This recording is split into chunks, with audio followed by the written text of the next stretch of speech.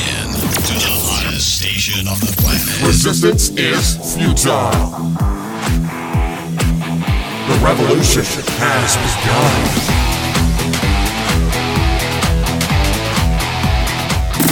You're listening to Rebelpreneur Radio, helping you break the rules and build the business you need for the life you want. And now, broadcasting his pirate signal from somewhere beyond the status quo, here's your host, best-selling author, marketing and media strategist, Ralph Brogden. Hello and welcome to Rebelpreneur Radio, the show that helps you build the business you need so you can live the life you want. I'm Ralph Brogden. Well, today's guest is going to help us to better appreciate what it means to be a caregiver. She's actually the author of the book, It Takes Courage to Be a Caregiver. I'm speaking with Cheryl Ginnings. She is an international speaker, an international best-selling author, a coach, and a global radio host for her program called Courage to Overcome. So, Cheryl, welcome to Rebelpreneur Radio. Well, thank you, Ralph. I'm glad to be here. It's a real pleasure to have you and to dig into your work and your life and your message. First of all, give us a little bit about your story, your background. How did you get started doing this? Well, I have always loved helping people find their strengths instead of focusing on the things that they have the weakness in, because life is going to be tough. And I know that from my own experience, but in helping other people all my life. And people have said I'm one of the most resilient people they've ever known. And I guess it's because they've watched our struggles as we've gone through them. And I have a son that has cerebral palsy, and he is 48 years old. I've helped with my father, my mother, through many, many years of going back and forth, helping them wherever they lived, because my father became an invalid early in life from a surgery, and then mother took care of him, and then we helped take care of her, and it's just a natural part of my life. And I also realize that there are over 44 million people who are caregiving at home right now without pay, which is just incredible when you stop to think about it. And when I first got asked to do the radio program, somebody hugged me and said, "You're going to start a movement." And I thought, that's right. That's what I'm going to do. I want to help people understand the difference in a family life that is centered around caring for somebody else. And it could be a special needs child. It could be your spouse. You know, I live in a military town, so we have people with PTSD. They come back as wounded soldiers. Or I've had friends with MS, with MD, with ALS. I mean, there's so many things that cause us to be disabled in life, but then almost all of us will end up probably caring for our parents. And with the challenge of caring for parents, so many of us are doing it later in life when we're struggling with our own health issues. And I see that it's such a big problem. And when I was young, nobody told me you need to take care of yourself to take care of your son. And my health broke down very early, and I had to be cared for, and he had to leave home, and I'm trying to prevent that for other people. But let me just tell you, one of the scariest statistics that I know is that 67% of caregivers will pass away before the person they're caring for. Wow. That is just unbelievable. Wow. And so I want to make a difference.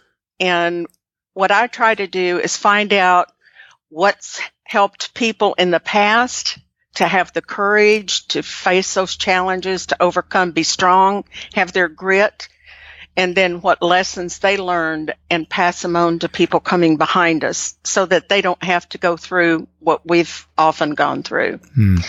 So that's probably, in a summary, the best thing I can tell you is that when you've lived it all your life, you understand the challenges and you know why it's hard, but you also feel an obligation to just really reach out and make life better for other people. Yeah, I really like that. And it is so important, I think, and relevant to rebelpreneurs, solopreneurs, people who are running their own business. But just from my own example, my wife has had 2 episodes with her back. The first time I was working for someone else as an employee, and so I had to deal with things like taking time off of work. Who's going to make up for the time that I'm not there? Who's going to make sure that this gets done? Who's going to handle this? And it was a real hassle on top of having to take care of my wife. But the second time it happened, I was self-employed. And so that gave me more freedom, more flexibility, but it's still something that we have to factor in because we don't get to choose when this happens and who it happens, or when it happens and who it happens to. These things happen. This is part of life. Right. And you gotta think about it and plan for it, but you don't get to choose when and where the worst happens. And so that's what you help people to try and plan for. But tell us a little bit more about who you help. Who are the ideal people that you're working with? When it comes to helping to equip them to be better caregivers? Well, first of all, I love helping families who have special needs children. And I volunteered out at Fort Sill, which is here in our community, and I've gone out to help the families, they call them with exceptional families. I've done this with many groups trying to help them understand how important a support system is, because out of the top 10 problems that people face when they have a special needs child, loneliness is one of the highest problems that they would say they had. And that's under what they think other people think about their parenting skills, because our kids that have any kind of social or physical problems, emotional, may act out in public, and people that don't know that they have a problem may start saying, oh, if you just take that child out and spank them, they wouldn't behave like that. Yeah. And they judge each other. And so it makes them afraid to be in groups. For instance, 80% of people who have a child with special needs will not attend church anywhere. Well, the church groups are the very ones that could actually help them the most, but they're afraid of being judged.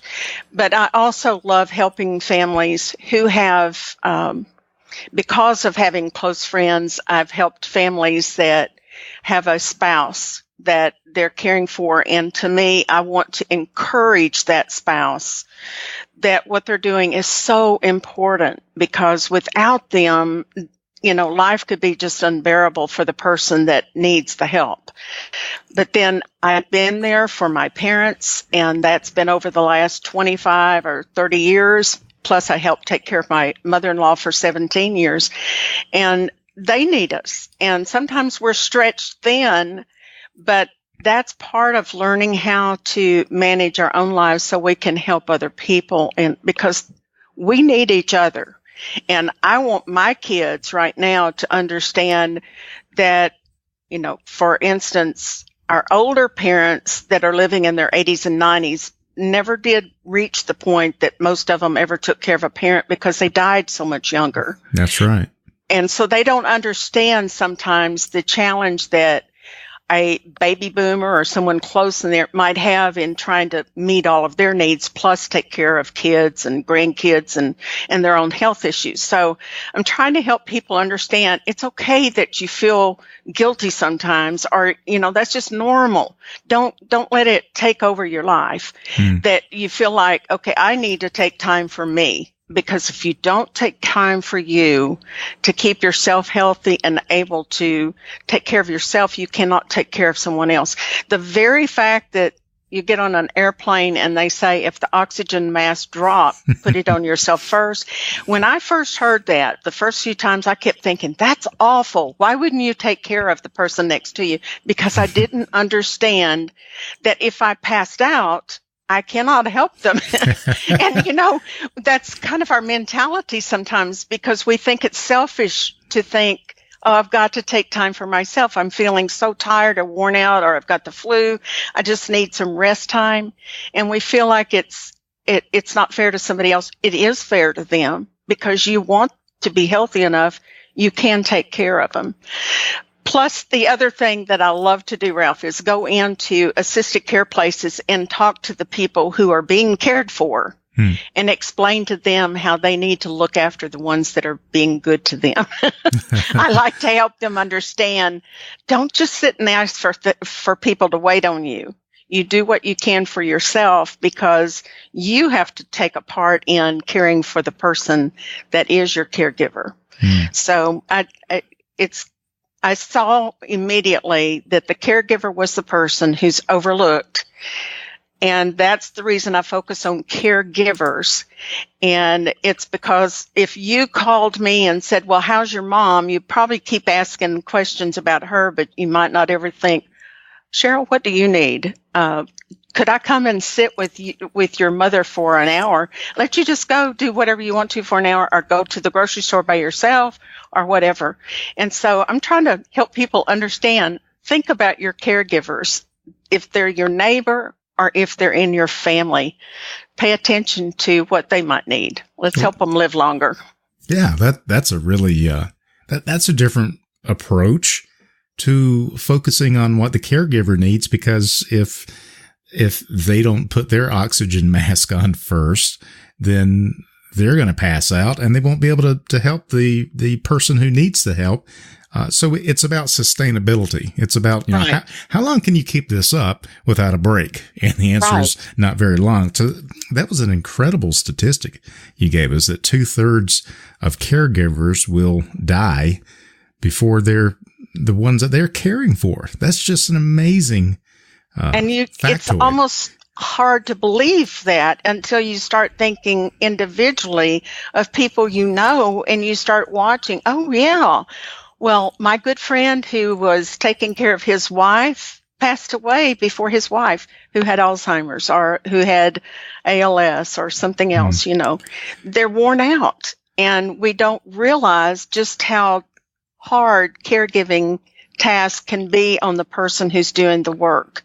And it's a constant caring for somebody else, thinking about them first. You get up, you don't think, well, what would I like to do today? You think, what do you need to do for the person you're caring for? Yeah, very interesting. And I like the illustration about putting on the mask. I did my EMT training, and when they were explaining about getting to the scene of the accident, they said you got to get there quickly, but you got to get there safely.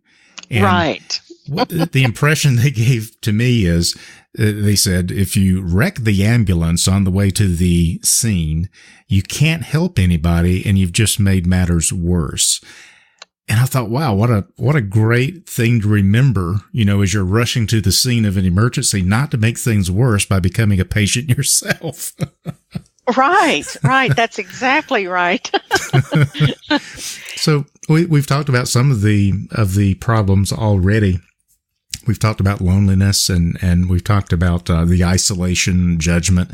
Are these the most common problems, or is there a common problem that you see over and over again with the people that you are speaking to and the people that you are writing for and helping?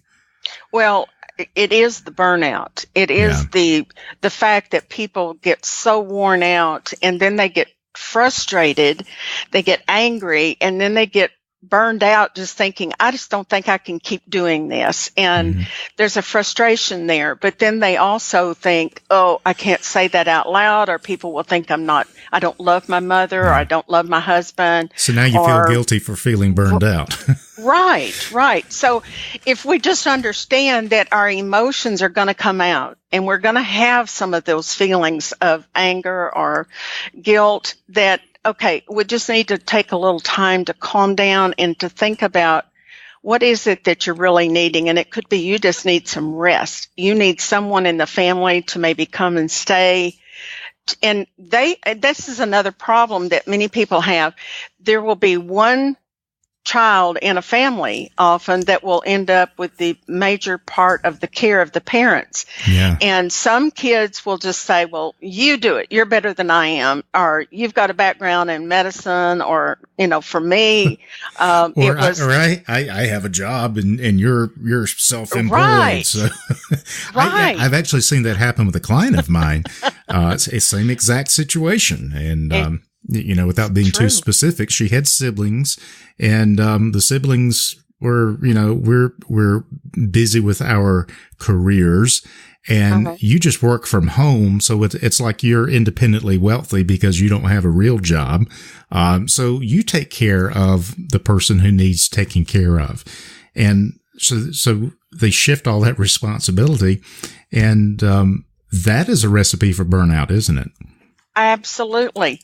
And it's a lack of understanding from the other family members. And sometimes we think they're going to know what we need without telling them. And that is something we have to learn, that they're not mind readers. And sometimes just telling them, okay, I either need you to financially help me out here, or I need you to take your turn and take care of mom for a while, or whatever it is that you feel like is needed. We need to have those discussions before you take on that role, but then during that time to keep checking in and making sure the one that has the biggest responsibility has got the support of everybody else. And one of the things that I really see is that when you have a parent with memory issues, that sometimes there'll be a family member, a sibling or a child that will say, well, they don't know who I am anymore, so it doesn't matter. I don't need to go see them anymore. Wrong. That is still your mother or your family member. You can't just say they don't exist because they don't remember you. You've got to learn a little bit about how to carry on a conversation with them, or how to make a visit without it becoming stressful for you or them. And there's some tricks and tips that I can help people in understanding how to communicate with someone who is not able to understand where they are, or if they keep saying, I want to go home, and they are in the home they're going to be in now, but they don't recognize it. There are some things we can learn. So be open to learning what it is you need to know about the problem you're dealing with. If it's mental or if it's a physical issue, if you've got a diagnosis, get on Google, start learning what you can about that person so that you're better able to understand what they can change and what they cannot change, what you may need to change to be able to help them. Yeah. Now you mentioned burnout, and the more we talk about this, it seems the more expansive the problems become. And there's just so many things that we need to deal with, because we're going into new territory, how to communicate, how to share responsibility, and all of these things. But if we focus on one big problem of burnout, that seems to speak to the whole tableau of emotions, of thoughts, of physical stress. What can someone in this situation who senses burnout, and then on top of that feeling guilty for the fact that they feel burned out, what can someone do right now to begin to see some immediate improvement? Maybe not solve it all the way, but at least get moving in the right direction in dealing with burnout as a caregiver? Well, I'd suggest a couple of things. Number one is recognize if you are physically and emotionally just exhausted, you may need some time, and even if it means that you've got to find somebody to take your place for a day or two, or you need a time away from caregiving, that you try to work out how you're going to be able to do it. And the hardest thing is for those 44 million who are not being paid to do this. It's a very difficult thing. In fact, we got more people home caring for somebody without pay than we do paid caregivers right now. And we're running out of caregivers. And that's already been out there a few months ago in the statistics that they know we're going to run out of caregivers. So learning how to take care of yourself so that you don't get to that point is really important. But the other thing is, don't be shy in looking for support. And I'm going to tell you an incident. That's really important. Now, you may say, well, I don't have anybody that I know that's in the same situation I'm in. There are people out there. There are people who've gone through what you're going through. Before you got there, there will be people after you. It's just finding those people. Sometimes you can get in a support group online. Sometimes it's just being able to go to a community help. But you may be able to really connect with someone just by texting. And our son was in the hospital a year ago, and it was a hard year for me. I mean, the whole year was caregiving. My husband almost died. We were in a hospital with him. I was going back and forth to care for my mother that was 200 miles from me. And while I was with her, she did pass away. She was 97, and I was there when she did pass away. And then immediately we were told our son needed a surgery to get a feeding tube because he was losing weight. Well, we went, and it turned into 10 weeks. And 3 surgeries and 3 hospitals. But during that time, people I had met online or had listened to my program were texting me going, Cheryl, how are you doing? Are you taking care of yourself like you tell us to do? And, it helped me. It really did, because it made me realize there were people that were concerned about me, not just our son. And, that just to know that other people are out there and they're praying for you, that they know that you're having a hard time, can really lift a burden because it's shared with other people. And so I'm telling you, your support system is critical. And if you don't know how to do it, you get in touch with me. I'll help you connect. I'll find you a support group somewhere because it's so important. Yeah. So I guess the overall message is, you may feel like you're all alone, but you're not alone. There are many millions of people, and it's just a question of connecting and learning how to get support and encouragement from one another. True. Absolutely true. Cheryl, what are you working on right now that's got you really excited that you'd like to share with our listeners? Well, okay. I have been in like 10 books in the last 4 years. The first one I was in was a book with several authors. It became an international best-selling book, and I wrote about our son in there, and it was called My Journey of a Lifetime, and I talked about him. Then I started just getting calls to be in different books, and I've loved it. But I am now working on 2 more books at the same time because one of them was because I answer questions all the time on the internet on Quora, where people just write in and ask things, and I get so many people reading my responses. I thought, these are just questions people don't know. So I'm putting together a book of questions people ask all the time. How do I do this, or what about this, or what can I do? What a great idea. Try to answer some of the things other people have asked. Sure. And then I'm also trying to put together a book that will share other people's stories about how they've had courage to overcome a big challenge in their life. So I just love being able to give illustrations, and that's why I love interviewing people who have overcome tremendous obstacles in their life. And, I think that gives us hope that we can do it too. And my book is going to be called The Courage to Overcome with Hope, Humor, and Humility. I don't know all the answers, but I think humor is very important in life, and that, if we can learn to not take everything as seriously and learn to laugh a little bit about things that go wrong and just pick it up and go on, we'll be so much better off. Yeah. So. What a great title and a great subtitle for your upcoming book. Just a little bit of a mixture of everything to really balance out in a positive way the things that we are experiencing when we do find ourselves in a situation where we are the caregiver to someone who needs help. And so what a great way, and what a great idea to take all of those questions and compile them, because if several people on Quora have a question, then it probably represents many millions out there who have the same question and have never articulated that. So that's a wonderful thing that you're doing. Well, thank you. One of the questions that I got asked about how do I tell my aunt she's not going home because she's in her home. She's got dementia. Got 32,000 views. So that's just a drop of how many people are dealing with that same kind of issue. Wow. And that's why I think, and what is it like to be the parent of a special needs child? And that got the next highest views. But I mean, a lot of people want to know what it's like, either because they don't know or because they have somebody in the family and they don't want to ask them. Mm-hmm. Yeah. Wow. A big opportunity out there to make a difference, to do some good, to really help people to deal with these issues.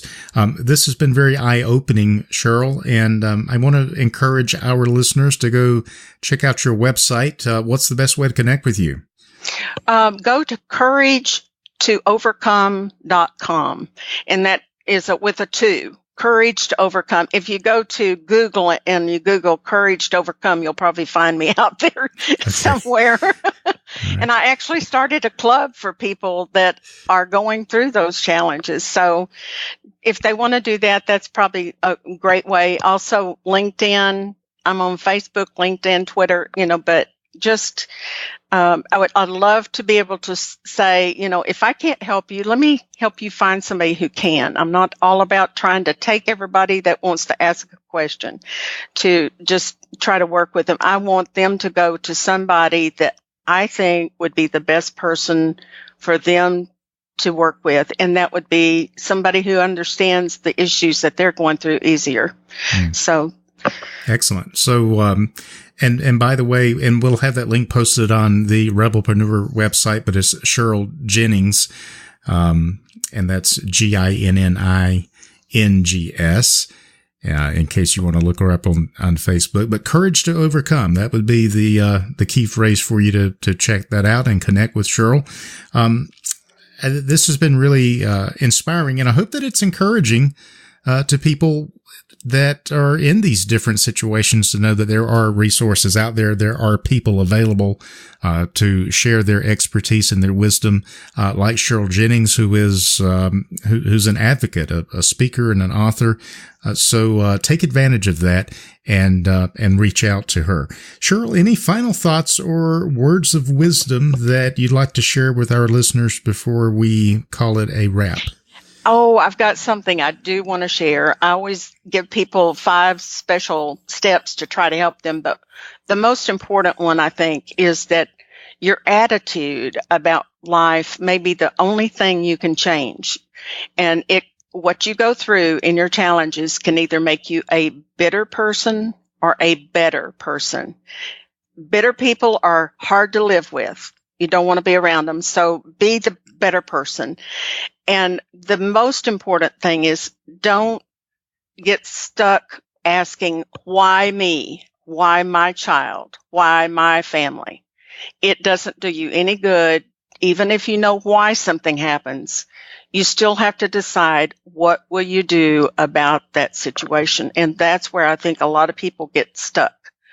And if they can just say, well, okay, it's up to me to make life better and move on from there, it will be a much better life. They'll be happier, and the families that they are around will be much happier. So I'd just like to encourage people, your attitude can be changed, but your circumstances may not be changed. Well, that's some great advice from Cheryl Ginnings. She is an international speaker, best-selling author of the book It Takes Courage to Be a Caregiver. She's also a coach and global radio host for her program, Courage to Overcome. You can find out more at couragetoovercome.com. That's courage, the number 2, overcome.com. Cheryl, it's been a real pleasure to get to know you. Thanks so much for sharing your wisdom with us. I really appreciate it. Thank you, Ralph. Appreciate the time. You've been listening to Rebelpreneur Radio with Ralph Brogden. Download the show notes and much more at rebelpreneur.com.